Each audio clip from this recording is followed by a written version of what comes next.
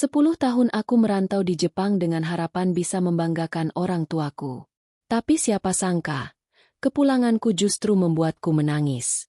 Karena sosok yang paling aku cintai, ibuku, ternyata kutemukan sedang duduk di pinggir jalan mengemis. Bagaimana mungkin? Saksikan kisah ini sampai akhir. Jangan lupa dukung dengan like agar pesan kebaikan ini bisa menyentuh hati lebih banyak orang. Semoga Allah meridhu. Pesawat menyentuh landasan seperti detak jantung yang akhirnya menemukan nadanya. Dari balik jendela, Jakarta tampak seperti anyaman lampu yang berdenyut. Namun di dadaku yang menyala hanya satu nama, Ibu. 10 tahun di negeri asing, aku menanam rindu seperti menanam pohon. Akarnya diam-diam menembus tanah, dan hari ini aku pulang untuk memeluk batangnya, mencium daunnya, memetik buahnya. Di genggaman, tiket pulang pergiku sobek. Aku tidak ingin menoleh lagi. Sudah cukup menunda. Sudah cukup membungkus kangen dengan alasan pekerjaan dan kontrak. Di bandara aku menepi, menyalakan ponsel, menatap nomor yang sudah kuhafal sejak kanak-kanak. Jemariku gemetar. Niat menekan tombol panggil mendadak urung. Aku ingin memberi kejutan. Aku membayangkan ibu menatapku di depan pintu, terisak kecil, menepuk pundak seraya menyebut namaku seperti dulu. Aku membayangkan aroma minyak telon yang entah kenapa selalu terasa di jilbabnya. Suara sendok membentur piring saat ia menyiapkan teh panas. Lamunan itu menuntunku keluar, melewati deret porter, melewati poster-poster selamat datang, menuju udara malam yang hangat dan lengket. Taksi melaju membelah jalan tol. Kota beranjak, satu demi satu. Lampu-lampu gedung memantul di kaca, menyusun keping-keping kenangan. Kain sarung ayah yang dilipat rapi, jam dinding yang selalu miring 5 menit, suara azan subuh yang tak pernah gagal membangunkan ibu, dan aku, untuk menanak nasi. Ayah telah lama pergi, dan di hari-hari terakhirnya, aku meninggalkan kampung dengan janji akan mengangkat derajat keluarga. Jangan lupa salat, jangan lupa sarapan. Begitu nasihat ibu yang kutertawakan waktu kecil, dan kucatat diam-diam ketika mulai dewasa. Di kursi belakang taksi, aku menunduk, berbisik lirih. Ya Allah, pulangkan aku dengan hati yang Engkau ridho. Jalanan desa menyambut dengan gelap yang lebih jinak. Sopir menurunkanku di pertigaan. Sampai sini saja, Bang, tanyanya. Aku mengangguk. Aku ingin sisa jarakku tempuh dengan kaki. Seperti dulu, saat pulang sekolah aku berlari kecil hanya untuk cepat-cepat sampai di pangkuan ibu. Koperku tarik pelan. Roda kecilnya berdecit di rataan tanah yang retak karena kemarau. Langit penuh bintang, dan rasi yang dulu diajarkan ayah masih setia di tempatnya, seolah menungguku bertahun-tahun. Rumah kami berdiri di ujung gang, diapit 2 pohon mangga yang dulu kami rawat bersama. Catnya pudar, pagar bambu miring, jendela yang dahulu dihias stiker kartun kini buram oleh debu. Aku menelan ludah. Detik berderet menjadi menit di depan pintu. Ketika ku ketuk, suara gaung kayu terdengar asing. Tidak ada jawaban. Ku tarik napas panjang, mengetuk lagi, memanggil. Bu? Suaraku pecah seperti kaca disapu angin. Tetap sunyi. Aku mencoba menggenggam gagang pintu. Terkunci dari luar. Bulu kuduku meremang. Barangkali ibu menginap di tetangga, pikirku. Atau menghadiri takziah seperti kebiasaannya. Aku menurunkan koper, duduk di undakan yang dingin, dan membiarkan malam merayap masuk ke sela-sela baju. Dari saku jaket, aku keluarkan dompet kecil berisi foto lama. Aku, ibu, dan ayah berdiri di depan sawah, berpeluh dan tertawa. Di balik foto itu ada tulisan tangan ibu. Jika jauh, jangan jauh dari doa. Tulisan itu menelusup ke dadaku. Ada getar yang tak bisa kutolak. Kepala menoleh ke kanan-kiri, mencari tanda hidup. Di kejauhan, kudengar radio dari rumah Pak RT memutar tilawah yang mengalun. Suara itu membelah malam dengan lembut, mengantar pikiranku pada hari pertama aku meninggalkan kampung. Di terminal, ibu memelukku lama, lebih lama dari yang kutaksir. Jaga dirimu baik-baik, katanya. Aku meremehkannya dengan senyum muda yang pongah. Seolah dunia bisa kutaklukkan tanpa jatuh.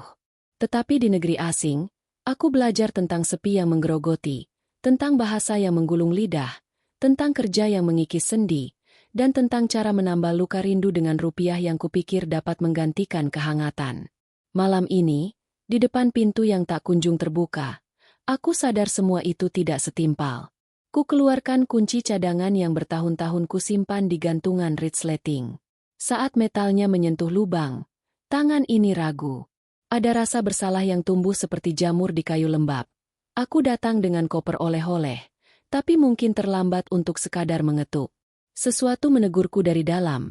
Apakah yang selama ini ku kejar sungguh-sungguh kebahagiaan ibu, atau hanya kebanggaan diriku? Ya Allah, bimbing aku. Bisikku. Kali ini lebih pelan, seperti takut mengganggu langit. Aku mundur satu langkah, memilih tidak memaksa. Pintu ini saksi terlalu banyak doa dan tawa. Aku tak ingin mematahkan kenangannya dengan kunci yang dingin. Kutarik koper lagi, berjalan menyusuri gang menuju musala kecil di ujung jalan. Lampunya remang, tikar di dalamnya bergelombang. Wangi karpet bercampur serbuk kayu kapur barus. Aku duduk, menghela napas. Lalu menempelkan dahi ke lantai yang menyimpan dingin dari tanah. Rasa haru menekan dada. Betapa luas karunia yang tak sempat kusyukuri. Betapa sempit hati ini menunggu satu pelukan yang ingin segera kupastikan. Usai menenangkan diri, aku kembali ke pertigaan. Warung teh milik Maknah masih buka. Ia menatapku ragu, kemudian mendekat, memicingkan mata seperti mengejar masa lalu. Raffi? Panggilnya. Pelan tapi mantap. Namaku jatuh di udara, memantul dan kembali utuh. Aku berdiri, menyalami tangannya, mencium punggungnya seperti kebiasaan menghormati yang kurindukan. Ibu di mana, Mak? Tanyaku. Pertanyaan itu keluar begitu saja, setajam pisau yang kehilangan sarung. Maknah membuka mulut, lalu menutupnya, seperti mencari kata yang tepat agar tidak menyayat. Kamu baru datang ya? Duduk dulu. Nak, minum teh hangat dulu. Aku menahan desakan untuk mendengar jawaban saat itu juga. Teh hangat di cangkir kaca berembun. Uapnya naik, membawa aroma yang merontokkan lelah. Kuteguk pelan, dan di sela hirup yang kedua, aku menangkap tatapan yang sulit disembunyikan. Tatapan yang mengandung sesuatu yang belum siap ia ucapkan. Malam mendekap desa. Jam dinding di warung berdetak tanpa rahasia. Dan aku merasakan dunia bersiap menggeserku ke sesuatu yang tidak kukenal. Aku meletakkan cangkir, mengusap wajah, merapikan jaket. Besok pagi aku akan pulang ke rumah lagi, kataku, mencoba merapikan nada bicara. Aku ingin bertemu ibu dalam keadaan hati yang lebih tenang. Maknah mengangguk, seolah mengerti apa yang tidak kuucapkan. Di luar, embun mulai turun, menghaluskan tepi-tepi daun. Aku melangkah pergi, membawa koper yang terasa lebih berat dari sebelumnya. Tetapi di dalam dada, ada tekad yang baru. Apapun yang menunggu, akan kuterima dengan hormat. Langkahku menyusuri jalan tanah, melewati bayangan pohon mangga dan suara katak dari sawah belakang. Pintu rumah telah menanti, pertanyaan telah menanti, dan aku, yang telah berkelana jauh, akhirnya siap berdiri di ambang yang sesungguhnya. Malam memejam. Dan fajar tinggal beberapa jam lagi. Besok, aku akan mengetuk sekali lagi. Dan apapun yang terbuka, itulah jalan yang harus kujalani. Pagi menetes dari ujung daun seperti manik-manik bening saat aku kembali ke gang rumah.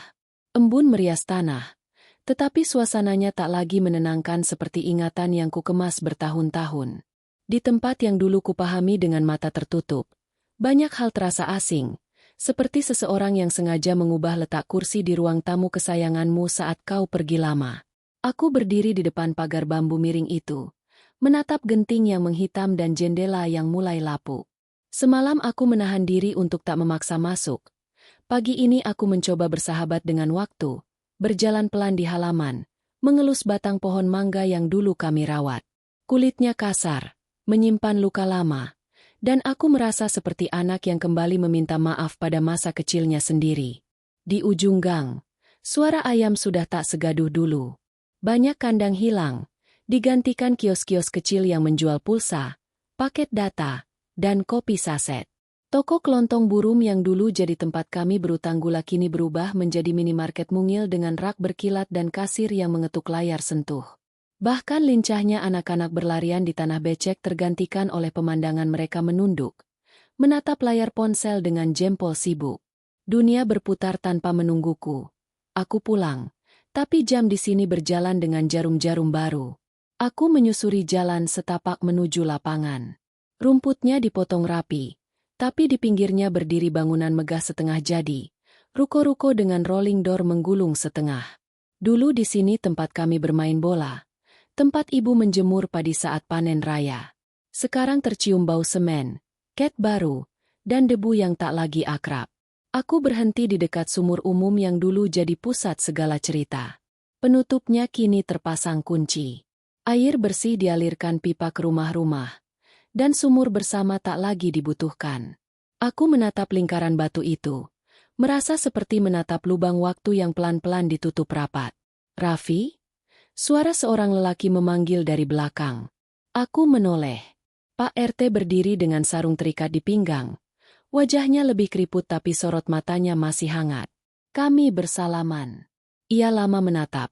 Seolah mengukur jarak antara si bocah yang ia kenal dan lelaki yang kembali dengan bayangan kota di ransel.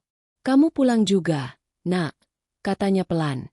Seakan takut suara kerasnya bisa membangunkan sesuatu yang tak ingin dibangunkan.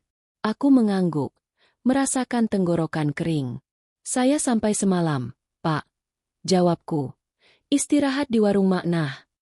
Pak RT mempersilakan duduk di bangku depan pos ronda. Angin lewat membawa aroma nasi kukus. Di dinding pos, jadwal jaga malam tertempel rapi, tetapi banyak nama yang tak ku kenal. Anak-anak itu sudah merantau, jelas Pak RT, menangkap pandangku. Sebagian kerja di kota, sebagian lagi ke luar negeri. Desa tak sesepi tampak luarnya, tapi yang tinggal kebanyakan orang tua. Aku mengangguk lagi. Kata-katanya menggulung perasaan yang semalam ku tahan. Aku ingin bertanya tentang ibu, tetapi ada rasa yang menahan lidah, seperti kabel yang terikat simpul di dadaku. Kami berjalan ke arah musala. Kubahnya masih sederhana, tetapi cat hijau pucat diganti biru muda. Di serambi, sandal-sandal berjejer dengan tertib. Azan duha belum dikumandangkan, namun beberapa perempuan sudah melipat sajadah. Ketika kami masuk, udara di dalam menenangkan, sejuk, seperti telapak tangan yang ditaruh di dahi orang demam. Aku duduk, menarik napas dalam, menyusun kalimat di kepala yang terlalu gaduh. "Pak," akhirnya aku membuka suara. "Rumah kami sepi." Semalam saya mengetuk, tapi tak ada jawaban. Pak RT menatap lantai, menggeser-geser ujung sarungnya. "Banyak hal yang berubah, Vi," katanya kemudian. "Sejak sawah-sawah dijual setengahnya untuk jalan baru, sebagian warga terseret arus. Ada yang naik, ada yang terhempas." Kata-kata itu jatuh pelan, tetapi berat. Ia tidak menambahkan apa-apa, dan aku tidak memaksa. Ada batas-batas yang belum pantas ku terabas. Aku berdiri, mengambil wudhu. Saat air menyentuh kulit, dinginnya memecahkan benjol-benjol cemas. Kunikmati tiap bilasan, dan setelahnya aku menunduk di karpet, memanjatkan doa. "Ya Allah, luruskan kakiku, kuatkan jiwaku. Kalau ada yang harus ku dengar, lapangkan telinga ini. Kalau ada yang harus ku terima, lembutkan hati ini." Selesai salat, aku keluar ke halaman musala. Sinar matahari mulai tinggi, menajamkan warna bunga kertas di pagar. Seorang ibu lewat membawa bakul sayur, menatapku sekilas lalu menyapa, ragu-ragu. "Ini Raffi, ya? Anaknya Bu." Kalimatnya menggantung, seolah bibirnya tersandung kenangan. Aku tersenyum, menunduk hormat. "Iya, Bu." Ia mengangguk cepat, berjalan lagi sambil menyeka sudut mata. Ada genangan kecil yang tinggal di sana, dan aku menangkapnya seperti menangkap kilau di permukaan air. Ada sesuatu yang ingin meledak, tapi memilih diam. Aku terus menyusuri jalur-jalur masa kecil. Kebun pisang di belakang rumah Pak Karyo yang kini berubah menjadi bengkel. Batas desa yang dulu disambut poster lomba panjat pinang kini ditempeli spanduk properti. Di satu titik, Aku berhenti di atas jembatan kecil yang melewati selokan. Alirannya lebih deras dari yang kuingat. Namun bau comberan sesekali menyengat. Di sisi jembatan, kubaca sebuah coretan cat. Jangan buang harapan di sini. Entah siapa yang menulis, entah kapan, tapi tulisan itu menempel padaku seperti doa yang tak sengaja tertangkap. Siang merangkak. Aku kembali ke warung Maknah untuk menitipkan koper. Berniat menyapa tetangga lain. Di warung, televisi menayangkan berita proyek jalan baru yang akan melintas tak jauh dari desa. Katanya ekonomi maju, gumam seseorang. Iya, maju. Tapi siapa yang diuntungkan? Sahut yang lain. Kalimat-kalimat itu berputar di kepalaku saat aku keluar lagi, menelusuri gang yang menipiskan jarak dengan rumah. Seakan-akan desa sedang bernegosiasi dengan masa depan. Dan aku berdiri di tengahnya sebagai saksi yang terlambat. Sore menua, bayangan pohon memanjang. Angin membawa debu halus. Aku berdiri sekali lagi di depan pagar bambu, mengusap pilar yang rapuh. Bu, aku pulang, kataku pelan. Bukan untuk didengar siapapun, tetapi agar kata-kata itu sah di telingaku sendiri. Di perut, ada rasa berdebar yang berusaha menyusun keberanian. Semua yang kulihat hari ini mengajari satu hal. Pulang bukan hanya soal menjejak tanah, melainkan berani menatap berubahnya hal-hal yang kita sayangi. Aku menahan napas, memandang langit yang mulai merona. Di balik senja yang lembut, ada malam yang akan datang membawa jawaban, dan aku memilih menyambutnya dengan hati yang disederhanakan oleh rindu, ditenangkan oleh nama MU, ya Allah. Langkahku menepi dari pagar. Mata masih memeluk rumah itu. Pagi yang asing telah berakhir, dan sore yang tak kalah asing siap membawaku ke ketukan berikutnya, dengan dada yang lebih siap menerima apapun yang menanti di ambang. Senja merunduk perlahan ketika langkahku kembali menapaki jalan menuju alun-alun. Hawa panas yang telah surut, digantikan angin yang membawa sisa aroma tanah, jagung bakar, dan asap tipis dari pedagang sate. Lampu-lampu kuning mulai menyala, menorehkan cahaya yang mengelupas dari tiang-tiang yang karatan. Suara anak-anak memudar, berganti gumam orang dewasa yang menawar, batuk parau dari seseorang yang tak terlihat, dan ketukan koin pada kaleng yang entah berasal dari mana. Aku datang bukan untuk belanja ataupun berjalan-jalan. Aku datang membawa resah yang menuntunku seperti tangan tak kasat mata. Sejak pagi, desa yang berubah telah menaruh sesuatu di dadaku, sebuah tanda yang belum kupahami, dan sore ini aku mengikutinya tanpa berdebat. Di sisi barat alun-alun, tempat bayang-bayang lebih tebal, kulihat sosok yang duduk bersila di dekat tiang lampu. Punggungnya bungkuk, bahunya kecil, seperti daun yang lama menahan hujan. Di depan sosok itu ada kaleng bekas biskuit. Catnya pudar, pinggirnya penyok. Aku melambat, bukan karena gentar, melainkan karena ada sesuatu dalam diriku yang tiba-tiba ingin waktu berjalan lebih pelan. Sehelai kerudung kusa menutup rambutnya, motifnya samar, tetapi pola itu memanggil ingatanku. Bunga-bunga kecil yang dulu disetrika ibu dengan sabar setiap malam sebelum tidur, agar besok tetap rapi saat ia ke pasar. Aku menahan napas. Jantungku berubah menjadi genderang yang ditabuh dari dalam. Langkahku menapak 3 kali, berhenti, lalu maju lagi. Dari jarak sedepa, aku melihat dengan jelas. Kulit punggung tangannya mengelupas halus, uratnya menonjol seperti akar tua, kuku-kuku yang pendek dan bersih, telapak yang terbuka dengan cara yang bukan meminta belas kasihan, melainkan meminta dunia untuk sekadar mengakui bahwa ia masih ada. Di telapak itu, beberapa koin beradu, mengeluarkan suara dingin yang menusuk telinga. Bu! Suara itu melompat dari mulutku tanpa izin. Lirih, nyaris tak terdengar oleh siapapun, tetapi cukup untuk mengguncang tubuhku sendiri. Perempuan itu mengangkat kepala perlahan. Garis-garis di wajahnya bagai peta jalan panjang yang tak pernah kujelajahi selama 10 tahun. Matanya, oh, mata itu, adalah rumah, adalah subuh, adalah sendok teh yang bergetar saat menuangkan gula. Sekali pandang cukup untuk memusnahkan seluruh jarak. Sekali pandang cukup untuk merobohkan semua dalih yang selama ini kubangun. Beliau menatapku lama, terlalu lama, seperti ingin memastikan potret yang hilang bertahun-tahun ini bukan tipuan senja. Bibirnya bergerak, menyebut namaku pelan. patah-patah, seolah memanggil anak kecil yang pernah berlari di halaman. Raffi. Satu kata itu menumbangkan segala yang tegak dalam diriku. Lututku goyah. Aku berlutut di hadapannya, meraih jemarinya yang dingin. Bu, ini aku. Aku pulang. Suaraku pecah, meliuk, lalu hancur. Keringat dan air mata bercampur. Rasa asin menuntun lidahku menyebut namanya. Ya Allah, kuatkan aku.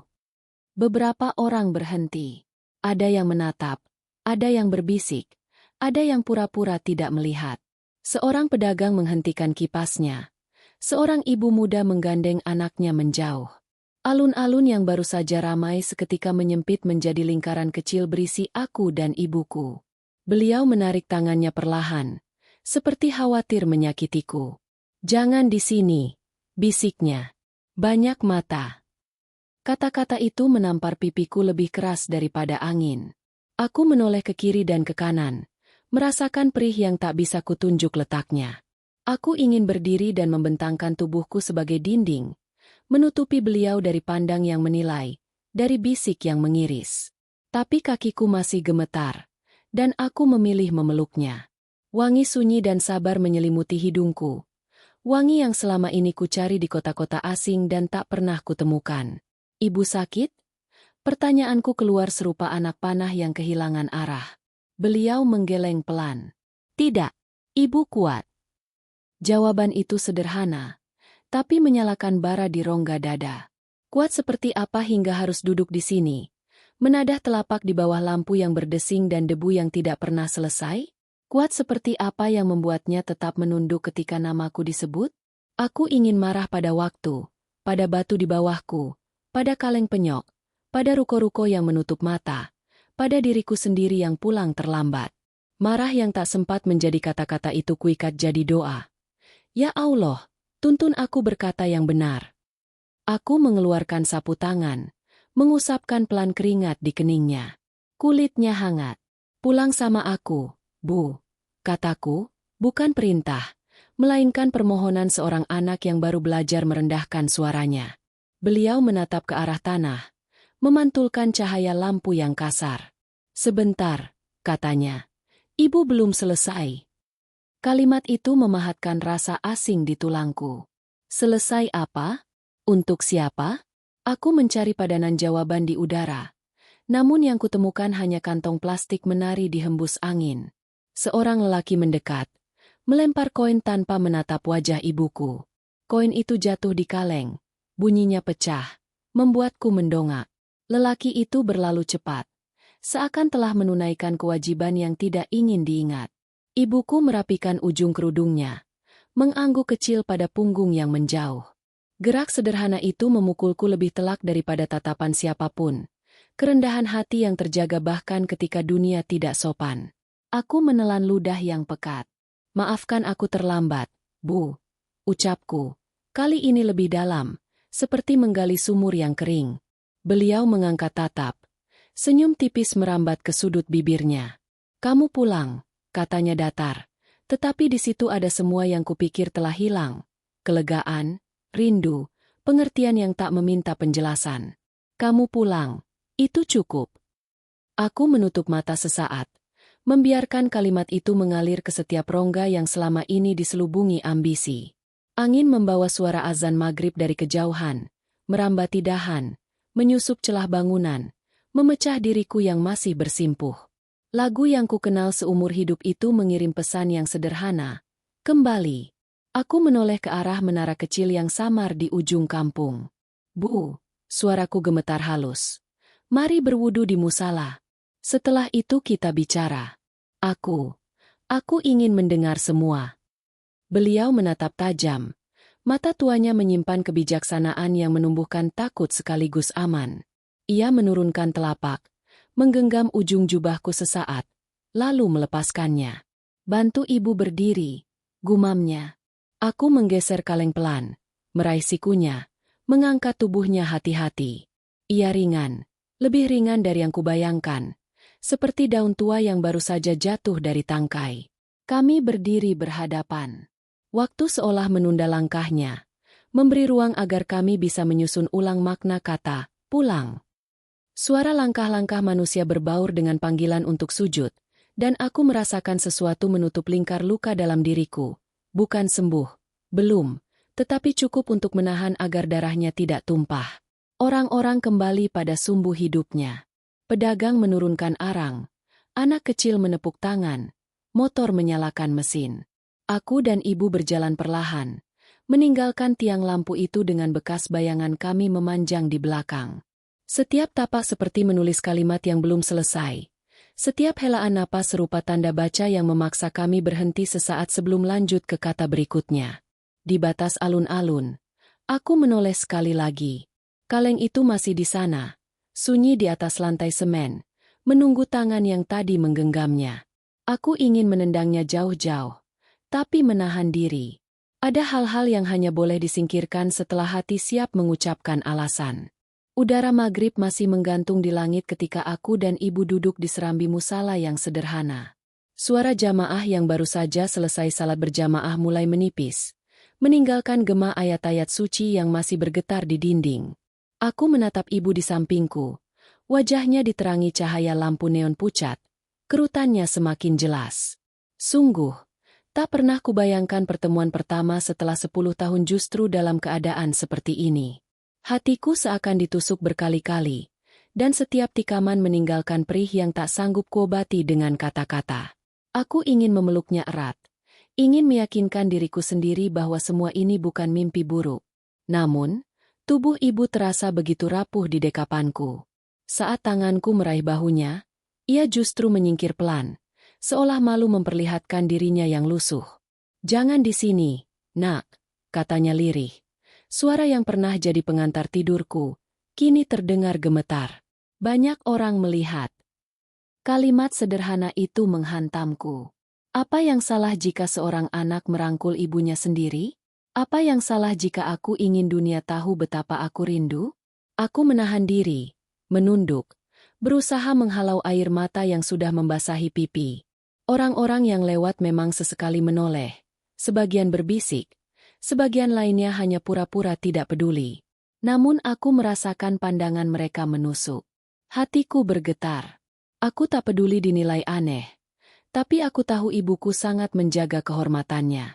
Beliau terlalu terbiasa menelan pahit sendirian tanpa ingin merepotkan siapapun, bahkan anak kandungnya. "Aku anakmu, Bu." Suaraku pecah, parau. "Aku pulang untukmu. Aku ingin kau tahu aku menyesal. Aku terlambat." Ibu diam, matanya berkaca, namun ia masih menunduk. Jemarinya yang kurus meremas ujung kerudung. Aku tahu ia menahan sesuatu, entah tangis, entah rahasia. Aku ingin mendesaknya bicara, tapi ada ketakutan, ketakutan bahwa aku akan semakin melukai hatinya. Tanganku menggenggam tangannya yang dingin. Jemari itu tidak lagi sekuat dulu, tapi masih menyimpan sisa kasih sayang yang dulu tak pernah habis dibagi.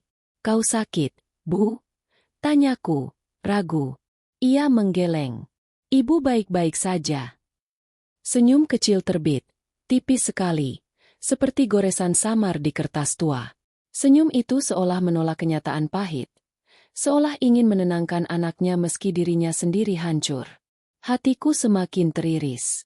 Bagaimana bisa seorang ibu yang kutemukan sedang mengemis di jalan tetap berkata dirinya baik-baik saja? Bagaimana bisa ia masih memikirkan perasaanku, padahal jelas-jelas tubuhnya menggigil, matanya menyimpan letih, dan bajunya penuh debu? Dadaku sesak.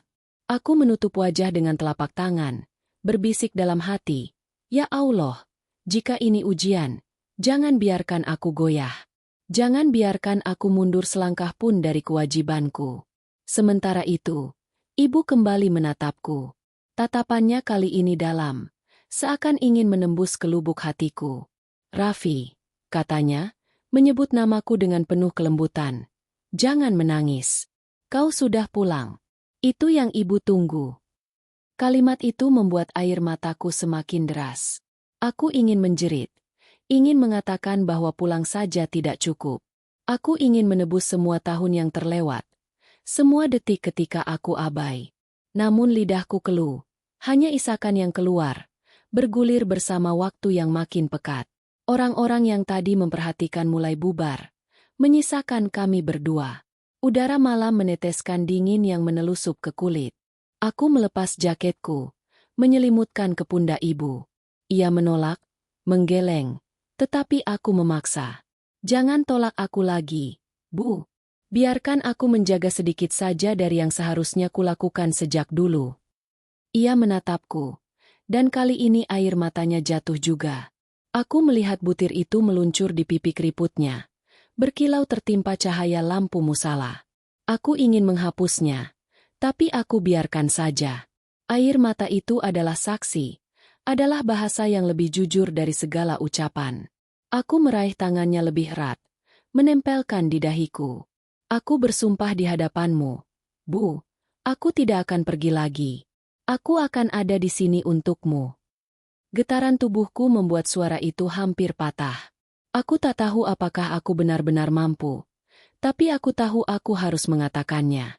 Karena hanya itu yang bisa menegakkan kembali kepercayaan di matanya.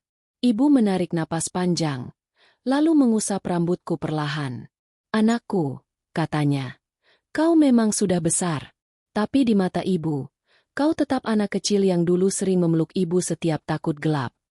Aku terisak, merasa kembali kecil di hadapannya. Sungguh, semua pencapaian di negeri orang, semua uang dan gelar, tak berarti apa-apa di momen ini. Yang tersisa hanya aku dan ibu, dua jiwa yang terhubung oleh doa dan luka. Malam semakin dalam. Angin menyingkap suara jangkrik, dan bau tanah basah menyergap. Aku menatap ibu lama sekali, tak ingin berkedip, seolah jika aku kehilangan sedetik saja, ia bisa lenyap lagi. Dalam pelukan singkat itu, aku merasakan sesuatu pecah di dalam dadaku. Penyesalan yang selama ini kutahan akhirnya tumpah, bercampur dengan tekad yang tumbuh. Aku tahu luka ini tidak bisa sembuh dalam sehari. Aku tahu ada banyak cerita yang belum ia ucapkan. Tapi setidaknya malam ini, kami kembali saling menemukan. Aku menarik napas panjang, mencoba menenangkan diriku sendiri. Dan di sela keheningan, aku hanya bisa berdoa dalam hati, Ya Allah, jangan biarkan aku kehilangan kesempatan kedua ini. Lindungi ibu. Biarkan aku membalas meski setetes dari lautan kasihnya. Di serambi musala itu, di bawah cahaya yang redup, aku merasakan sebuah kenyataan. Luka kami terlalu dalam untuk disembunyikan, tapi terlalu suci untuk dibiarkan tanpa pengobatan. Aku menatap langit yang mulai berhiaskan bintang. Hanya satu hal yang bisa kulakukan, tetap berada di sisinya, apapun yang harus kuhadapi esok hari.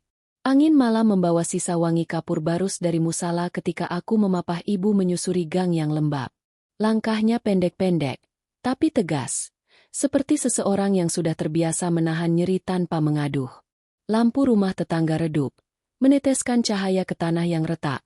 Sementara suara televisi dari balik dinding tipis sesekali pecah, lalu padam.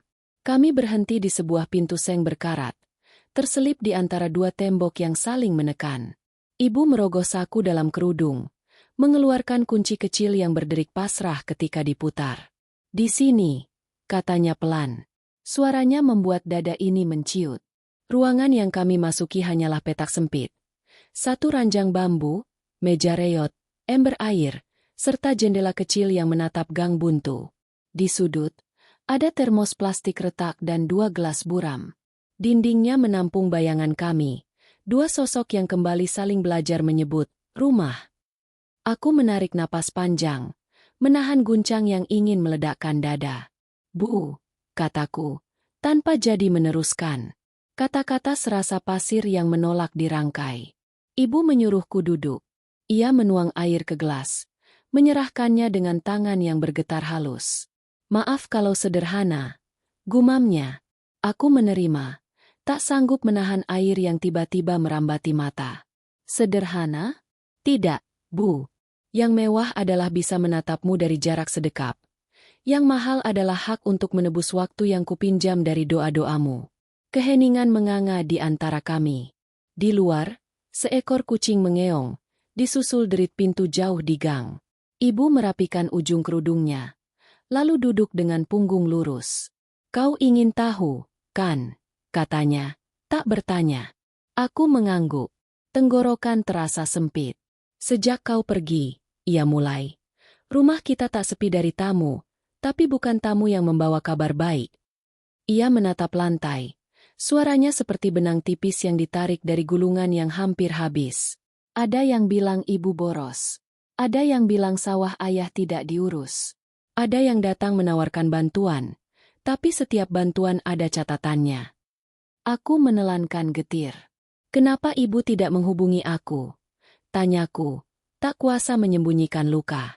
Nomor yang kau kasih dulu, hilang. Jawabnya, tersenyum kecil memaafkan nasib. Ponsel pinjaman tak bertahan lama.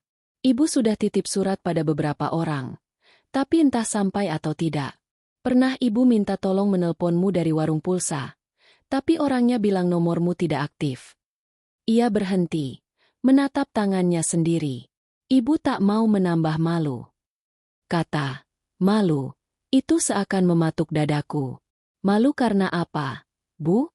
Karena mempertahankan marwah di tengah ombak gunjingan? Karena tidak punya siapa-siapa yang bisa dipanggil keluarga tanpa syarat? Aku menggenggam lutut, menahan gemetar. Terus rumah kita.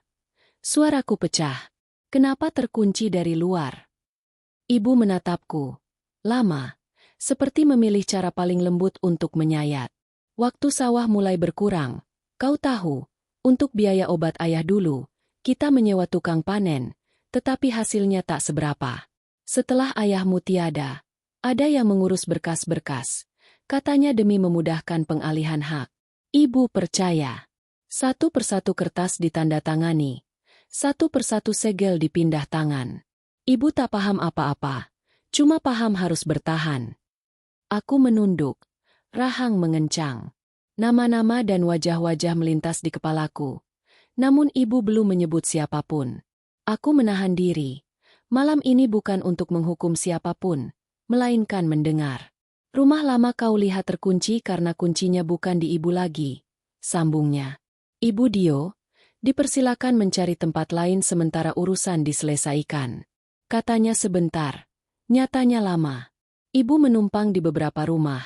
Lalu di sini, petak sewa ini. Ibu pikir, asalkan masih bisa sujud, apapun atapnya, Allah tetap dekat. Suara itu patah di ujung kalimat. Aku menoleh dan mendapati matanya berkabut.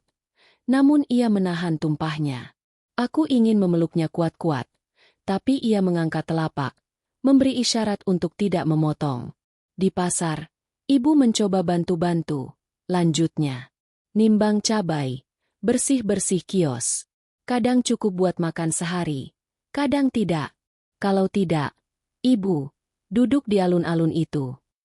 Ia menelan, murka yang tenang melintas di wajahnya sendiri, bukan pada orang, melainkan pada keadaan. Ibu pikir, menadahkan tangan itu aib. Tapi menadahkan hati pada Allah, itu perlu. Ibu mengatur napas. Jangan minta pada manusia, mintalah padanya. Tapi kadang orang datang lebih dulu dari doa selesai. Aku merasakan kalimat-kalimatnya menghantam seperti gelombang yang berlapis. Ada fitnah, nak, katanya lebih pelan. Ada yang bilang ibu menyembunyikan uangmu.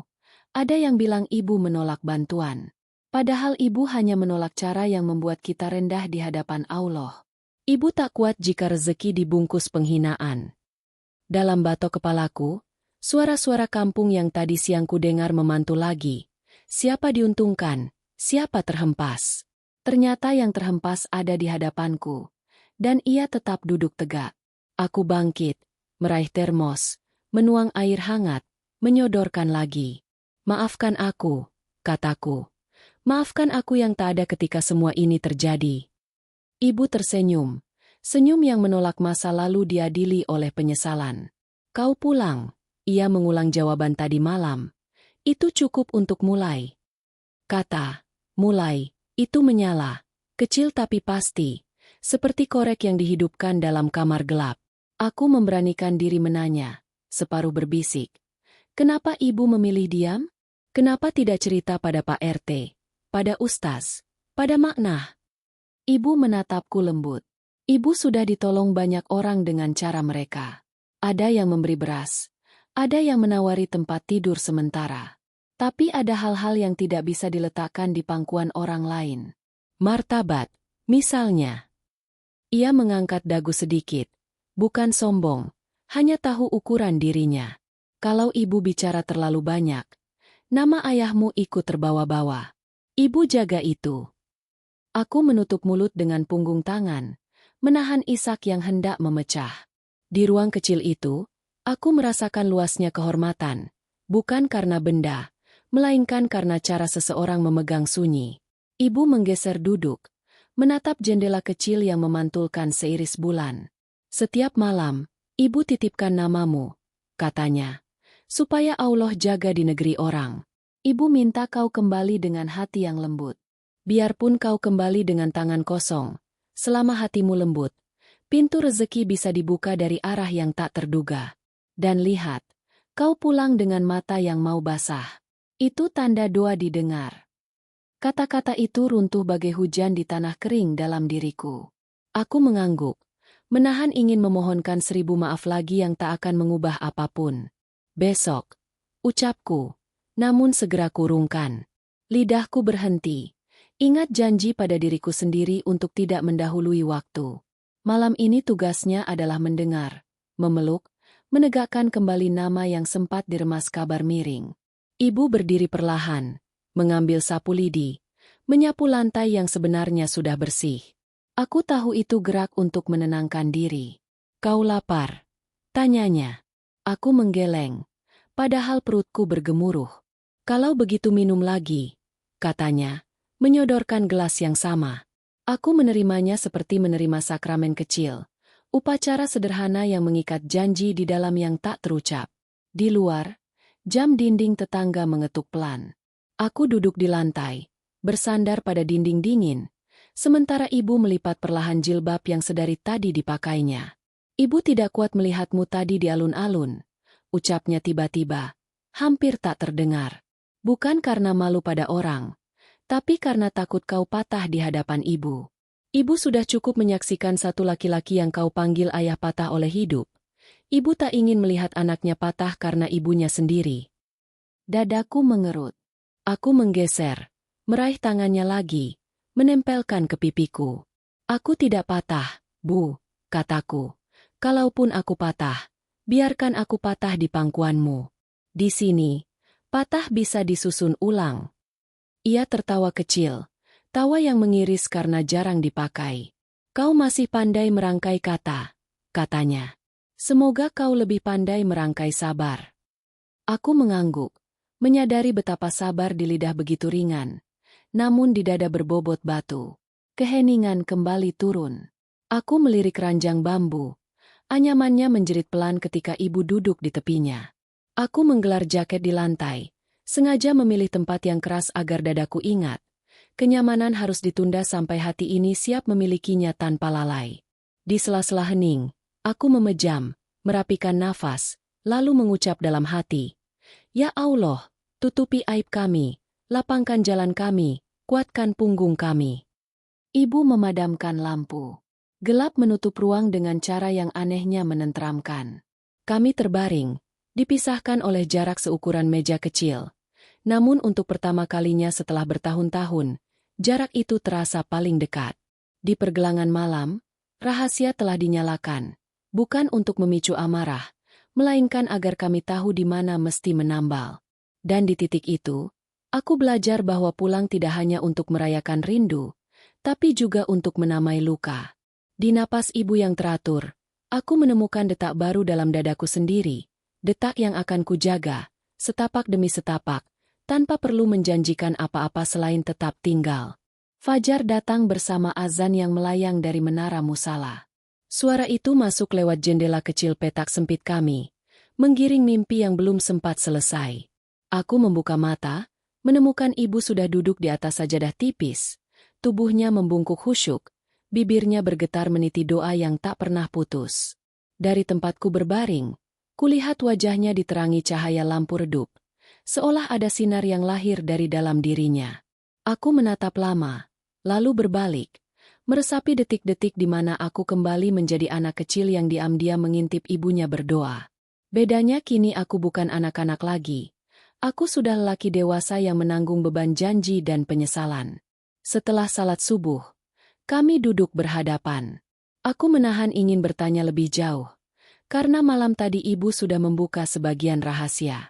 Tapi hatiku tahu, ada yang lebih dalam dari itu. Sesuatu yang membuat rumah lama terkunci, membuat sawah berpindah tangan. Aku ingin memahami tanpa melukai. Tapi luka itu sudah terasa sebelum ia diceritakan. Ibu, kataku pelan. Aku harus tahu siapa yang mengambil hak kita.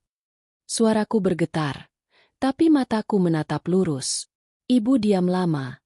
Jemarinya meremas sajadah. Nak, tidak semua yang mengambil itu berniat jahat. Ada yang haus harta, ada yang terpaksa, ada juga yang buta oleh nafsu. Ia berhenti, menelan getir. Tapi memang ada satu yang paling menusuk. Orang yang seharusnya menjaga, justru menyingkirkan. Aku merasakan darah naik ke wajahku. Siapa? Tanyaku cepat. Ibu menarik napas panjang. Matanya berkaca. Pamanmu sendiri. Kalimat itu jatuh seperti batu ke dasar sumur. Sunyi mendadak membeku. Aku tak percaya telingaku sendiri. Paman, adik kandung ayah, yang selama ini kupikir menolong ibu, justru orang yang menusuk dari belakang. Aku mengingat wajahnya. Tubuh tegap, senyum ramah di hari pemakaman ayah, janji akan menjaga keluarga. Semua kenangan itu hancur dalam sekali tebas. Dia yang mengurus berkas-berkas sawah, lanjut ibu dengan suara serak. Awalnya ibu percaya, karena dia sendiri yang bilang, biar aku yang urus, kakak sudah tenang, saya jaga anak dan istri kakak. Ibu kira itu janji yang lahir dari kasih sayang adik pada kakaknya. Ternyata itu jalan menuju kehancuran kita. Tanganku mengepal hingga gemetar. Gambarannya semakin jelas. Tanda tangan ibu, stempel kelurahan, nama paman yang diam-diam berpindah ke atas surat tanah. Kenapa ibu tidak melawan? Tanyaku dengan suara hampir pecah. Ibu menunduk, menatap jemari yang rapuh. Bagaimana caranya melawan? Nak? Ibu perempuan tua tanpa pengetahuan hukum, tanpa uang untuk membayar bantuan. Orang-orang desa lebih percaya pada laki-laki yang pandai bicara. Lagi pula, apa ibu sanggup membuka aib keluarga di depan banyak orang? Nama ayahmu bisa ikut ternoda. Jadi ibu memilih diam. Diam itu menyakitkan, tapi kadang lebih terhormat daripada berteriak tanpa daya. Aku terhenyak, sekaligus marah. Marah pada paman, pada desa yang menutup mata, pada diriku sendiri yang terlalu lama pergi. Aku berdiri, berjalan mondar-mandir di ruang sempit itu. Dadaku panas. Aku tidak bisa diam, Bu, kataku, nyaris berteriak. Aku tidak bisa biarkan dia merampas semuanya. Ibu menatapku dengan mata yang teduh namun penuh luka. Raffi, dengar, kau boleh marah, tapi jangan biarkan marahmu menelan akal sehat. Ingat ayahmu dulu selalu bilang, jika ada masalah, selesaikan dengan kepala dingin, bukan tangan panas. Jangan ulangi kesalahan orang-orang yang membiarkan dendam membakar hidupnya. Kata-kata itu menghantamku. Aku menutup wajah, menarik napas panjang. Ya Allah, bisikku dalam hati, jangan biarkan amarahku menutup pintu sabar. Ajari aku cara benar membela ibu tanpa menambah luka. Aku duduk kembali, mencoba tenang. Tapi Bu, bagaimana ibu bisa bertahan selama ini? Tanyaku, suara lebih lembut. Ibu tersenyum kecil, meski pahit. Doa, nak, hanya doa. Saat perut lapar, ibu minta pada Allah, bukan pada manusia. Kadang bantuan datang tiba-tiba, kadang tidak. Saat tidak ada, ibu cukup dengan air putih, lalu tidur sambil menyebut namanya. Hati jadi lebih ringan. Air mataku tak bisa kutahan lagi. Aku menunduk, menangis di hadapannya. Aku anak yang durhaka. Bu, aku sibuk mengejar dunia, sementara kau di sini disiksa keadaan. Ibu meraih kepalaku, mengusap rambutku. Jangan katakan itu. Kau berjuang dengan cara yang kau tahu. Kau bekerja keras. Itu juga ibadah jika niatmu benar. Hanya saja, Hidup kadang menguji kita dengan cara yang tak kita duga. Yang penting sekarang kau pulang, dan kau mau mendengar. Itu lebih berharga dari segala uang yang kau bawa. Aku menggenggam tangannya erat. Aku janji, Bu. Aku tidak akan biarkan engkau sendirian lagi. Luka lama ini akan aku jahit satu persatu. Ibu menatapku lama, lalu mengangguk pelan. Kalau begitu, belajarlah ikhlas. Jangan terburu-buru membalas. Ingat, nak, setiap kezaliman ada balasannya. Tapi biarlah Allah yang menimbang. Tugas kita menjaga hati agar tidak hancur sebelum waktunya. Aku menghela napas panjang, mencoba meredakan bara di dada. Cahaya pagi mulai menembus jendela kecil, menyorot wajah ibu yang penuh kerut. Tapi di situ kulihat kekuatan yang tak bisa ditumbangkan siapapun. Luka lama memang terkuak. Tapi dari sanalah aku belajar arti keteguhan. Di ruang kecil itu, aku menutup mata, lalu berdoa dalam hati, "Ya Allah, jangan biarkan aku buta oleh dendam. Tunjukkan jalan yang engkau ridha, agar aku bisa membela ibu dengan cara yang engkau cintai." Suara ayam berkokok, tanda pagi sudah penuh. Aku menatap ibu sekali lagi, dan kali ini aku tahu, cerita tentang paman bukan akhir, melainkan awal dari langkah yang harus kutapaki dengan hati-hati. Luka lama telah terbuka, dan sekarang tugasku memastikan luka itu tidak lagi bernanah, melainkan sembuh, meski perlahan. Pagi yang tadi mengangkat luka kini mendorongku untuk bergerak. Setelah sarapan sederhana, sepotong singkong rebus dan teh pahit, aku menggulung lengan baju.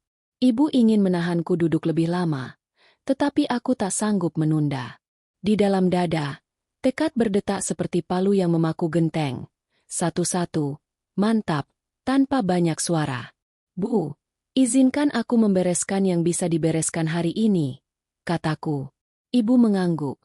Sorot matanya lembut tapi ada awan tipis yang belum mau bubar. Langkah pertamaku adalah menuju Pak RT.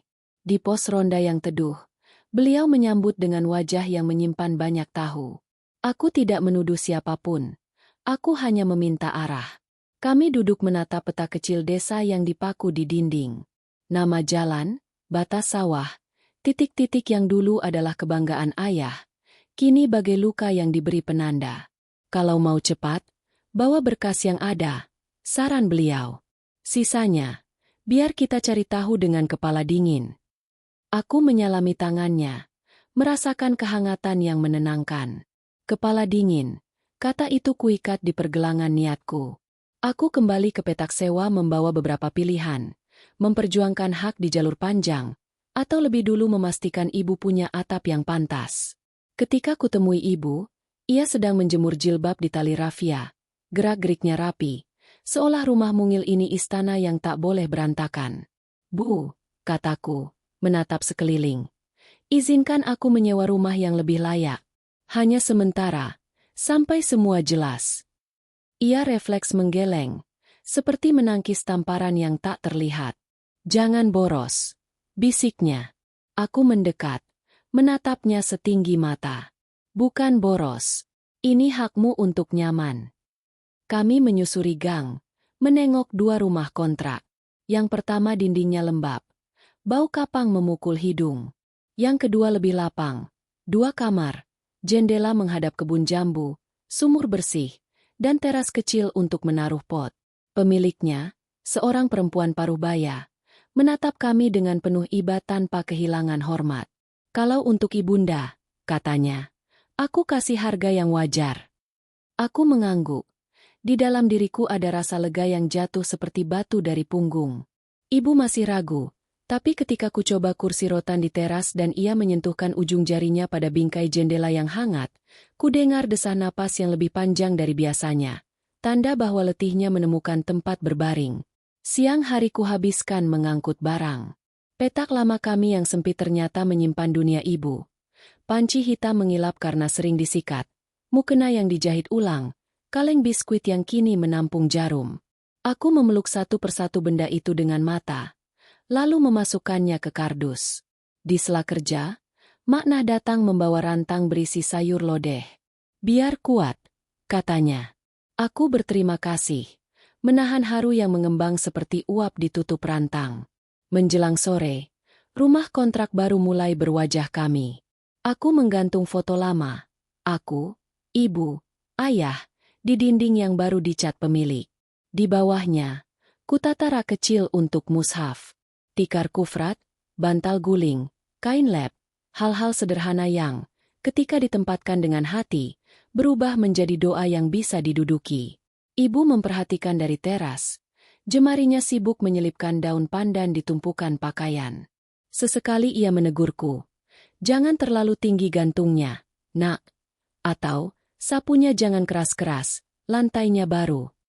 Nada suaranya pelan. Tapi di situ ada rasa memiliki yang kembali hidup. Saat azan asar, kami berhenti. Wudu dari air sumur yang dingin menyejukkan sendi. Dan kami salat di ruang yang masih harum ket. Seusai salam, aku menatap ibu. Ada cahaya tipis di wajahnya. Cahaya seseorang yang untuk sementara bisa bernafas lebih lapang. Aku tak berani merusaknya dengan kata-kata besar. Aku hanya mengambil kain pel, melanjutkan yang belum selesai. Selesai beres-beres, aku keluar sebentar ke pasar. Ku beli kompor kecil, panci baru, minyak, beras sekilo, juga ikan kembung segar. Membawa kantong-kantong itu pulang, rasanya seperti kembali dari medan tempur dengan bendera yang tak perlu diarak, cukup ditancapkan di dapur. Ibu menatap belanjaan, separuh bahagia, separuh cemas. Sudah, katanya, terlalu banyak. Aku tersenyum. Tidak ada kata terlalu banyak untuk rasa amanmu, Bu. Ia diam, lalu mengangguk, entah setuju, entah menyerah pada caraku mencintai. Malam merayap, dan dapur kecil itu menyala. Asap tipis naik dari wajan, bawang putih berbisik di minyak panas, cabai rawit memercik, ikan mendarat dengan suara yang yakin. Ibu berdiri di sampingku, menepuk punggungku pelan ketika aku terlalu sering mengaduk. Masak itu seperti berdoa, katanya. Ada waktu menunggu yang tak boleh kau curangi. Kami tertawa. Tawa kecil yang menambal dinding dengan sesuatu yang tak terlihat. Makan malam berlangsung tanpa banyak bicara. Nasi hangat, lodeh maknah, ikan goreng, sambal setengah matang. Setiap suap seperti menurunkan suhu gelisah. Di tengah suapan, ibu menatapku. Terima kasih, ucapnya singkat. Dua kata itu lebih berat dari sekarung beras. Aku menunduk, menahan rasa yang menekan dada. Jangan ucapkan terima kasih, kataku. Biar aku yang mengucapkannya setiap hari. Karena kau bertahan. Seusai membereskan piring, aku duduk di teras. Malam menabur bintang di dahan jambu. Ibu menyusul, membawa selimut tipis. Kami duduk berdampingan, bahu hampir bersentuhan. Angin membawa suara radio dari rumah tetangga. Tilawah yang melandai, doa yang menutup hari. Aku menautkan jari, menyusun kalimat di hati. Ya Allah, saksikan, aku ingin menebus tanpa menyakiti, menguatkan tanpa menyombongkan. Jauhkan langkahku dari jalan yang membuat kami kecil di hadapan MU. Ibu memecah hening. Rumah ini nyaman, katanya, pelan. Tapi jangan lupa, nyaman itu ujian. Jangan sampai kita lengah. Aku mengangguk. Nasihatnya menempel seperti embun di bibir gelas. Jernih, dingin, mengajarkan pelan-pelan.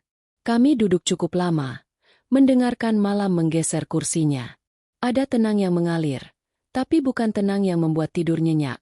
Ini tenang yang memberi ruang, agar besok bisa dilapisi usaha lagi.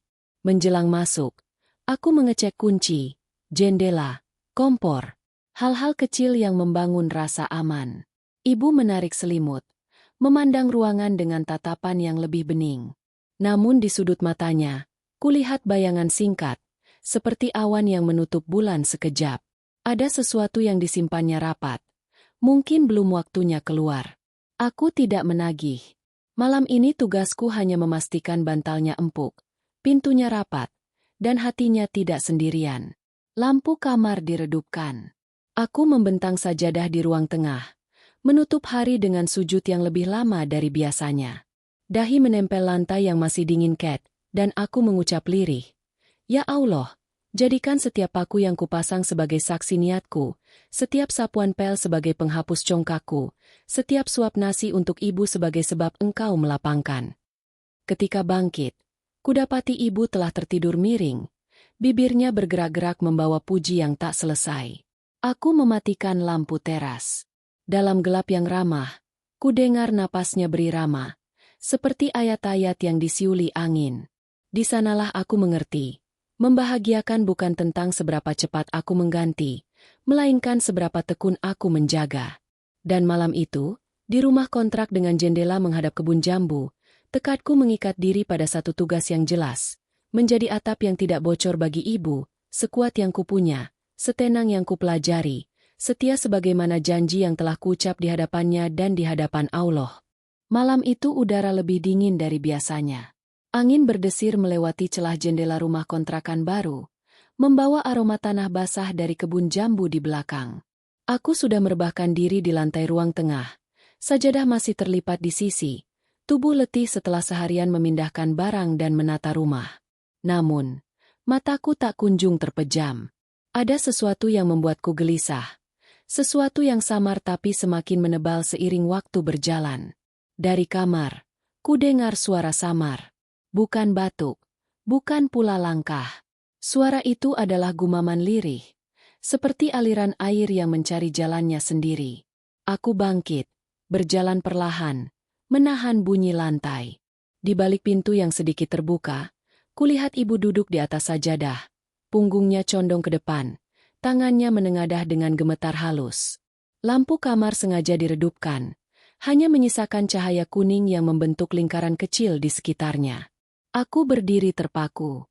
Suara itu kini jelas. Doa yang keluar patah-patah, seakan diseret beban berat. Ya Allah, jangan biarkan anakku terseret dosa yang tidak ia tahu. Ampuni langkah-langkahnya, meski jalannya kadang berliku. Jagalah hatinya agar tetap lembut. Jangan kau biarkan ia keras hanya karena dunia. Suara ibu serak, nyaris pecah. Kata-kata itu masuk menembus kulitku, langsung menghantam dada. Aku menutup mulut dengan telapak tangan. Air mataku tumpah begitu saja. Selama ini aku yang merasa berjuang untuknya, berjanji membahagiakan, membangun rumah baru. Tapi di saat aku tidur dengan hati tenang, ia masih bersujud, memanggil Tuhannya agar aku selamat dari sesuatu yang bahkan tidak ku mengerti.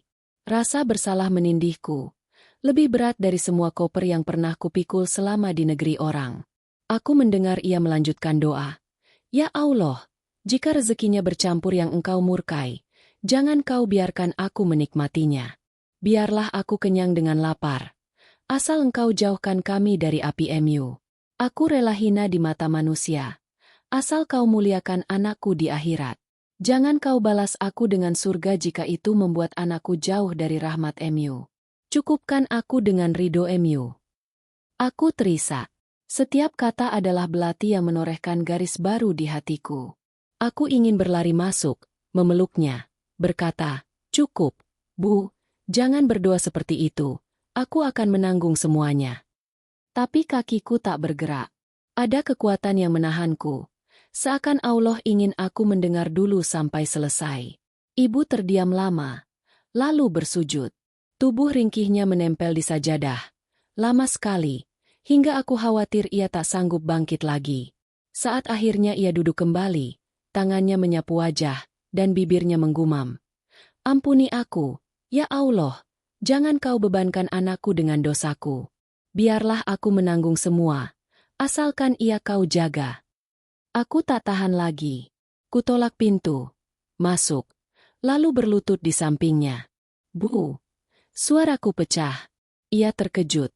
Buru-buru menyeka matanya. "Kenapa kau belum tidur, Nak?" tanyanya, berusaha menutupi kelembaban di pipi. Aku menggenggam tangannya. "Aku dengar semua. Kenapa kau mendoakan seperti itu? Kenapa kau ingin menanggung semuanya sendirian?" Matanya menatapku, dalam dan penuh keletihan. "Nak, ada hal-hal yang belum kau mengerti. Ibu takut. Takut kalau jalanmu di negeri orang tidak sepenuhnya bersih. Kau kerja keras, ya, tapi di dunia ini kadang rezeki bercampur dengan yang tidak halal tanpa kita sadari. Ibu tidak ingin menjadi penyebab engkau tergelincir. Lebih baik ibu menadah tangan di jalan, daripada menelan sesuatu yang membuat doa-doa kita tertolak. Aku terdiam. Kata-katanya menyayat. Tiba-tiba semua lemburku, semua uang yang kukirim, terasa asing. Selama ini aku pikir hasil keringatku murni. Tapi bagaimana kalau memang ada yang bercampur? Bagaimana kalau ibu benar? Aku memeluknya erat. Kali ini tidak peduli meski ia mencoba menolak. Bu, jangan pernah merasa harus menanggung sendirian. Kalau memang ada yang salah, biar aku yang belajar memperbaiki. Aku tak ingin melihatmu menangis dalam sujud, menyalahkan dirimu sendiri. Aku menempelkan wajahku di bahunya. Aroma kainnya yang sederhana membuatku semakin kecil. Ibu mengusap kepalaku. Nak, doa ibu bukan untuk menyalahkanmu. Doa ibu hanya cara ibu menjaga. Kalau ada yang salah, biar dosa itu berhenti di sini, di ibu. Kau cukup terus berdoa agar Allah memberi kita rezeki yang halal, hati yang tenang. Jangan kau ulangi kebiasaan manusia yang sibuk menumpuk harta tapi lupa memeriksa jalannya. Air mataku mengalir deras. Malam itu, untuk pertama kalinya aku benar-benar merasa pulang, bukan hanya ke rumah, tapi ke pangkuan doa seorang ibu. Doa yang sanggup menelanjangi segala topengku, mengingatkanku bahwa dunia yang kujalani di negeri orang bukan hanya soal uang, tapi soal apa yang kubawa kembali. Kami berdua terdiam. Hanya ada suara jangkrik yang bersahut-sahutan di luar. Aku masih memeluknya. Sementara ia terus mengusap kepalaku seperti dulu saat aku kecil. Tidurlah, nak, katanya akhirnya. Besok masih panjang. Kita butuh hati yang segar untuk menatap hari. Aku mengangguk, tapi hatiku tahu, aku tidak akan sama lagi setelah malam ini. Doa ibu telah menorehkan garis baru di jalanku, garis yang menuntutku untuk melihat lebih dalam, tidak hanya pada rezeki yang kubawa, tapi juga pada setiap langkah yang kuambil. Saat kembali ke ruang tengah, aku berbaring tapi tidak memejamkan mata. Kata-kata ibuku terus bergema, biarlah aku kenyang dengan lapar, asal engkau jauhkan kami dari api MU. Kalimat itu memahat diriku. Dan di bawah langit malam yang sepi, aku berdoa sendiri, dengan suara tercekat. Ya Allah, ajari aku cara mencintai MU setulus ibu mencintaiku. Jangan biarkan aku membawa pulang sesuatu yang kau murkai. Bimbing aku untuk membahagiakannya dengan cara yang engkau ridho. Malam berakhir dalam tangis yang sunyi, tapi di dalamnya tumbuh tekad baru, bahwa mulai esok, langkahku harus lebih hati-hati. Karena aku tak hanya hidup untukku, tapi untuk seorang ibu yang bersujud meminta surga, bukan untuk dirinya, melainkan untukku. Pagi itu matahari terbit dengan malu, seakan enggan menyingkapkan cahaya sepenuhnya. Aku duduk di teras rumah kontrakan, menatap jalan tanah yang masih lembab oleh embun. Gelisah menempel di dadaku sejak malam tadi, sejak kudengar doa ibu yang menyinggung tentang rezeki bercampur haram. Kata-kata itu tak berhenti menggerus pikiranku. Apa yang sebenarnya beliau sembunyikan? Kenapa doa-doa itu terdengar seperti penebusan? Ibu keluar membawa nampan berisi 2 gelas teh panas. Uapnya mengepul, menari di udara pagi. Beliau meletakkannya di meja kecil, lalu duduk di sampingku. Wajahnya tampak teduh, tetapi ada bayangan halus di matanya yang tidak bisa kusamarkan. Aku ingin bertanya langsung, tapi bibirku tertahan. Lidahku serasa diikat rasa takut. Takut jawaban yang keluar akan lebih pahit daripada segala dugaan. Saat itulah seorang lelaki paruh baya mendekat dari ujung gang. Jubah putihnya agak kusam, sorban lusuh melilit leher. Namun wajahnya bercahaya dengan ketenangan yang kukenal. Ustadz Karim, guru ngaji sejak aku kecil. Beliau tersenyum melihatku, lalu menyalami erat. Raffi, akhirnya kau pulang juga. Ucapnya hangat. Aku menunduk, mencium tangannya, merasa seperti anak kecil lagi. Setelah berbasa-basi sebentar, Ustadz memandang ibu dengan sorot serius. Bu, boleh saya bicara? Tanyanya lembut. Ibu menunduk, menghela napas panjang, lalu mengangguk. Aku menoleh ke sana-sini. Dadaku makin sempit. Ada sesuatu yang jelas akan diungkap. Kami bertiga masuk ke ruang tengah. Ibu duduk bersila di atas tikar. Aku di sampingnya, sementara Ustadz menatap kami dengan raut wajah yang menyimpan keprihatinan. Raffi, katanya, ada hal yang perlu kau dengar. Mungkin ini berat, tapi lebih baik kau tahu dari mulut orang-orang yang masih peduli. Aku menelan ludah. Apa itu, Ustadz? Tanyaku, hampir berbisik. Beliau menatap ibu sejenak, seakan meminta izin. Ibu menutup mata, bibirnya gemetar, lalu berkata lirih. Sudah, ceritakan saja. Dia sudah cukup kuat untuk tahu. Ustadz menarik napas dalam, lalu mulai bicara. Nak, kau harus tahu, ibumu tidak benar-benar mengemis karena tidak bisa makan. Ya, ada kalanya uang tak cukup, tapi alasan utamanya bukan itu. Ia berhenti sebentar, menatapku dalam-dalam. Ibumu memilih jalan itu sebagai penebusan. Aku tertegun. Penebusan? Maksudnya apa? Ibu menunduk. Air mata mengalir tanpa suara. Tangannya meremas ujung jilbab. Nak, ucapnya pelan. Dulu, ketika keadaan sangat sulit setelah ayahmu meninggal, pamanmu datang membawa sejumlah uang. Ibu tahu uang itu bukan dari jalan yang diridho. Ibu tahu, tapi ibu terdesak. Kau jauh di negeri orang. Surat tak sampai. Kabar tak pernah benar-benar tiba. Ibu harus bertahan. Demi sesuap nasi, demi sekedar bisa menyalakan pelita di malam gelap, ibu menerimanya. Dadaku seperti diremas. Bu, kenapa? Suaraku pecah. Kenapa harus sampai begitu? Tangis ibu makin deras. Karena ibu lemah. Nak, karena ibu takut kau pulang dan mendapati ibu sudah tak ada. Tapi setelah itu, hati ibu tidak pernah tenang. Setiap kali menelan makanan dari uang itu, rasanya seperti api yang membakar kerongkongan.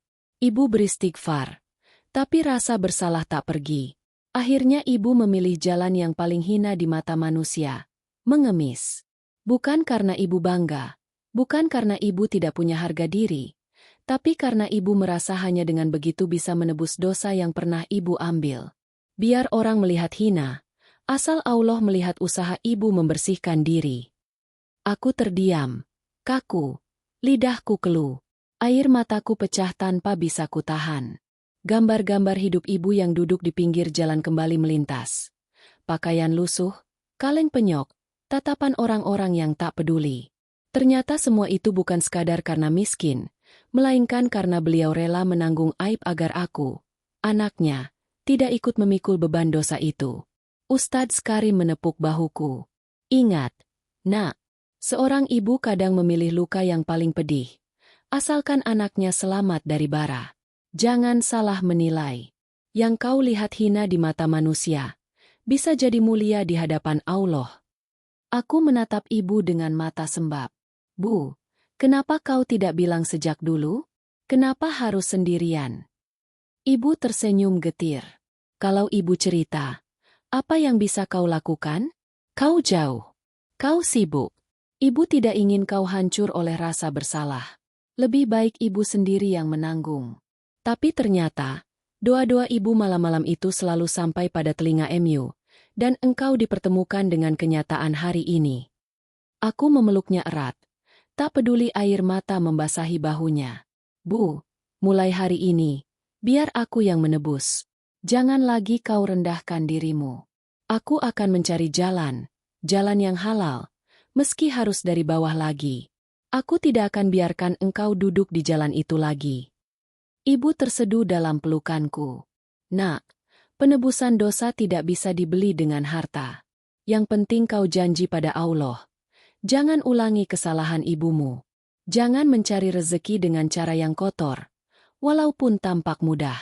Jangan biarkan aku mati dengan menanggung penyesalan melihat anakku berjalan di jalan yang salah. Aku mengangguk kuat. Aku janji, Bu. Aku janji, dengan nama Allah, aku akan menjaga langkahku. Aku tidak ingin membuatmu menunduk lagi karena dosaku. Ustadz Karim menatap kami. Matanya berkaca. Janji itu jangan hanya di bibir. Nak, jalani dengan ikhlas. Ingat, kadang jalan halal itu berat, tapi disitulah keberkahan menunggu. Jangan ulangi cerita yang membuat ibumu meneteskan air mata setiap malam. Aku menatap ke langit-langit, merasakan dadaku dihantam gelombang. Malam tadi aku sudah goyah. Kini aku benar-benar roboh. Tapi di balik roboh itu ada cahaya. Cahaya kesadaran bahwa apa yang terlihat hina bisa jadi lebih suci daripada apa yang tampak mulia. Hari itu aku belajar satu hal. Ibuku tidak sekadar perempuan renta yang menunggu belas kasihan, tetapi pejuang yang rela mengorbankan kehormatannya di mata manusia agar anaknya bersih di mata Allah. Dan aku bersumpah, aku tidak akan pernah membiarkan pengorbanan itu sia-sia. Aku menutup mata, dan di lubuk hati paling dalam, aku berdoa, "Ya Allah, ampuni ibuku, ampuni kebodohan dan kelemahannya. Jangan kau hukum dia karena kesalahannya, karena ia hanya ingin menyelamatkanku. Biarkan aku yang kau uji. Jangan kau timpakan padanya lagi. Aku mohon, jadikan aku anak yang mampu menebus setiap tetes air matanya dengan ketaatan kepada MU." Ketika doa itu selesai, aku tahu hidupku tak akan sama lagi. Karena kebenaran yang terungkap hari ini adalah pondasi baru untuk langkah-langkahku ke depan. Langkah yang harus lebih jujur, lebih bersih, lebih siap untuk menanggung apapun, demi ibu yang rela dihina agar aku tidak terbakar. Hening setelah pengakuan ibu masih menggantung ketika Ustadz pamit. Pintu menutup pelan, meninggalkan kami berdua dalam ruang yang tiba-tiba terasa lebih sempit. Aku duduk bersandar di dinding. Napasku pendek-pendek.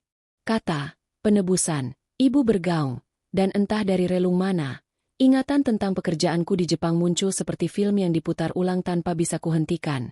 Kontrak lembur di perusahaan layanan finansial, target penjualan kartu kredit, bonus yang menggiurkan, dan pelatihan tentang biaya layanan yang kami promosikan manis, padahal di baliknya bunga beranak pinak. Aku dulu menyebutnya insentif, marin, model bisnis. Kini kata lain menyela keras. Riba. Tanganku bergetar. Bu, suaraku serak. Mungkin doa ibu selama ini benar. Ibu menatap. Cemas yang ia sembunyikan sejak lama perlahan naik ke permukaan. Maksudmu, nak? Aku menelan ludah.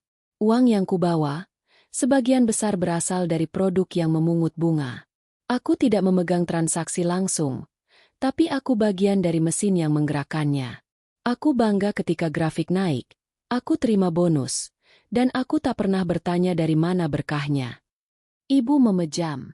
Di bibirnya kulihat doa yang ia tahan demi mendengar kalimatku tuntas. Lalu bagaimana hatimu sekarang? Tanyanya lirih. Pertanyaan sederhana itu menghunjam lebih dalam dari tudingan manapun. Aku menunduk, menekan wajah dengan kedua telapak. Rusak. Jawabku jujur. Seperti ada karat yang selama ini kusangka kilau. Sunyi merayap. Hanya jam dinding yang berdetak tegas. Lalu ibu meraih tanganku, menggenggamnya hangat. Nak, kesadaran itu karunia. Jangan tenggelam dalam penyesalan yang membatalkan langkah. Kalau kau benar ingin bersih, bersihkan. Kalau kau benar ingin menebus, temukan caranya. Jangan biarkan setan membuatmu putus asa. Aku berdiri, membuka koper yang kusimpan di bawah ranjang. Tumpukan amplop, rekening, dan slip bonus terpampang. Selama ini kubayangkan sebagai bukti keberhasilan. Kini semua tampak asing. Ini tidak bisa tinggal di rumah, kataku pelan. Aku tidak akan membiarkan rezeki ibu tercampur. Ibu menatap tajam, bukan karena mata duitan, melainkan karena khawatir aku gegabah. Jangan dibuang sembarangan. Harta haram tak disedekahkan untuk berharap pahala, tapi disingkirkan dari milikmu agar tidak lagi mengotori.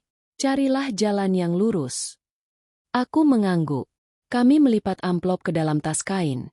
Tak satu pun tinggal di laci. Lalu aku menulis daftar. Pihak yang dulu kuanggap target. Nama-nama kecil yang terlilit utang karena promosi timku. Ada tanggung jawab yang tak bisa kubayar dengan angka, tapi harus kuhadapi sebagai manusia pada manusia. Dadaku sesak. Namun untuk pertama kali sesaknya memandu, bukan menenggelamkan. Menjelang asar, aku mengajak ibu kembali ke alun-alun. Bukan untuk duduk di bawah tiang lampu, melainkan untuk menutup lembaran itu dengan cara yang terang. Langit kusut oleh awan tipis. Udara membawa bau arang dari pedagang. Kami berdiri di tempat ibu biasa bersila. Kaleng penyok masih di pojok, menunggu tangan yang tak akan kembali. Aku mengangkatnya, menatap cerminnya yang kusam. Wajahku sendiri, terbelah antara masa lalu dan niat baru. Beberapa orang mengenali ibu. Bisik-bisik berputar. Seorang pemuda mendekat, hendak menyelipkan uang. Ibu mengangkat telapak halus, menolak lembut. "Maaf, nak," ucapnya. "Hari ini penebusan ibu selesai." Pemuda itu kebingungan, tersenyum kaku, lalu beranjak. Di dadaku ada degup lain, bukan malu, melainkan lega yang berani. Aku melangkah ke kios kecil dekat situ, menyewa pengeras suara sederhana milik pedagang mainan. Suaraku bergetar saat memulai, namun kupaksa tegak. "Bapak Ibu, maaf mengganggu. Saya Raffi, perempuan yang sering duduk di sini. Ibu saya." Beberapa kepala terangkat. Jika selama ini ada yang tersinggung oleh keberadaan beliau, maafkan. Beliau duduk di sini bukan karena malas, tapi karena ingin membersihkan diri dari sesuatu yang dulu salah. Dan saya, tenggorokanku kering. Ibu menatap, memberi isyarat tenang. "Saya juga salah. Bertahun-tahun saya bekerja di usaha yang berurusan dengan bunga. Saya bangga. Saya pulang membawa uang. Ternyata yang saya bawa menggores hati rumah saya sendiri. Mulai hari ini, kami memilih jalan yang berbeda." Tak ada tepuk tangan. Yang ada hanya udara yang mengendap lebih berat, dan beberapa pasang mata yang melunak. Seorang bapak tua berdehem, mendekat, menepuk bahuku. "Nak, tidak semua orang berani bicara begitu," katanya. "Semoga Allah mudahkan." Aku mematikan pengeras suara, mengembalikan pada pemiliknya. Saat itulah azan asar memecah langit, mengalir dari menara dekat taman seperti tali yang menurunkan hati ke tempat paling rendah. Ibu meraih tanganku. "Mari," ajaknya. Kami berjalan ke musala di ujung alun-alun. Air wudu menelusup pori-pori. Dinginnya seperti kabar baik. Di saf pertama, aku berdiri di samping ibu. Takbir menggulung semua kata yang tak sempat terucap. Ketika rukuk, rasa malu ikut menunduk. Ketika sujud, sesuatu yang keras dalam diriku retak dan runtuh. Sesudah salam, aku tetap menempelkan dahi di sajadah, menahan haru yang tak mau reda. "Ya Allah," bisikku, "kalau Engkau bukakan pintu tobat, jangan biarkan aku keluar lagi. Aku lepaskan bangga yang salah. Aku lepaskan uang yang tak Engkau ridho. Tunjukkan aku jalan mencari nafkah yang Engkau berkahi, biar sedikit asal cukup." Di sampingku, ibu menutup doa dengan tangan yang bergetar. Aku mendengar isaknya, pelan, tapi jernih. Kami duduk lama di serambi. Senja merayap, menggeser bayang. Ibu menatapku. "Mulai besok kita pelan-pelan membangun dari akar," ucapnya. Aku mengangguk. Dalam benakku, satu persatu kupetakan pekerjaan yang bisa kulakukan. Mengajar bahasa, memperbaiki perangkat, apa saja yang tak menggadaikan nurani. Tak ada yang pasti selain niat. Namun kali ini niat bukan sekadar kalimat, melainkan kompas. Sebelum pulang, aku kembali ke titik tempat kaleng penyok tadi. Kutarik nafas panjang, mengangkatnya setinggi dada, lalu meletakkannya di dalam tong sampah besi. Bunyi besi beradu memantul, seperti gong kecil yang menandai berakhirnya bab yang kelam. Ibu memandang, mata basah namun teduh. "Sudah," katanya. Satu kata itu menutup pintu masa lalu dengan kunci yang tidak lagi akan kami cari. Langit memerah. Dalam perjalanan pulang, angin terasa lain, lebih jujur, lebih dingin, tetapi tidak menggigilkan. Sampai di teras, aku menatap rumah kontrakan kami. Jendela sederhana, pot kecil, sajadah yang dijemur. Tak ada mewah, tapi ada lapang di dada yang tak pernah kubeli di kota manapun. Ibu duduk, mengusap lututnya, lalu menoleh. "Kau siap?" tanyanya. Aku menatap matanya, yang menyimpan laut dan pelabuhan sekaligus. "Aku siap, Bu." Suaraku mantap. Kalau harus mulai dari nol, Mulai dari nol di hadapan Allah lebih ringan daripada hidup tinggi di atas kesalahan. Aku tidak akan gentar. Angin membawa sisa azan maghrib. Aku menutup mata sejenak, mengikat tekad di pusat dada. Di sana, pada detik itu, aku tahu, inilah puncak dari semua pulang. Bukan hanya kembali ke pangkuan ibu, melainkan kembali ke jalan yang diridhau. Dan ketika ku buka mata, dunia tidak berubah wujud, namun arahku berubah total. Itulah klimaks yang tak bisa ditawar. Kami berdiri di ambang hari baru, dengan tangan saling menggenggam, dan hati yang tak lagi takut pada gelap karena telah memilih cahaya. Ya Allah, saksikan.